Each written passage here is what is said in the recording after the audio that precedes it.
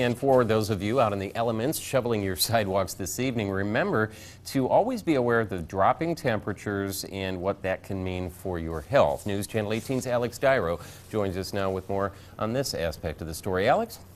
Jeff, with the mild winter we've had so far, the threat of hypothermia and frostbite may have been far from the minds of many, but with more cold temperatures predicted over the next week, local doctors say it's only a matter of time before they start seeing those cases pop up.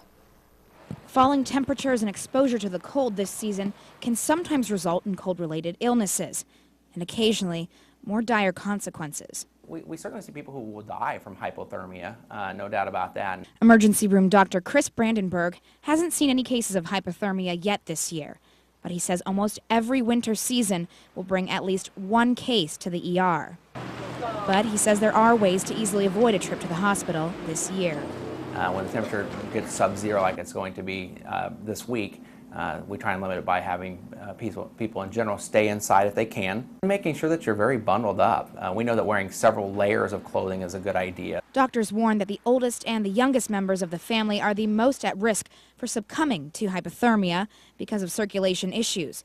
Children in particular may not realize or think to tell someone that they are cold, so make sure those groups are the most protected from the elements. Battleground mother Brossie Johnson says she always worries about her daughter catching cold.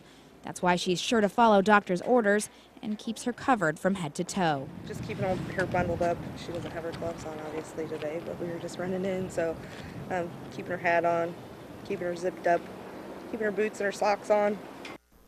And another more common cold-related hazard is falling victim to frostbite and frost nip when the cold gets into the skin tissue and begins to damage it. Again, the best way to prevent these conditions are to just stay bundled up and stay out of the cold if at all possible. Alex Dyro, News Channel 8.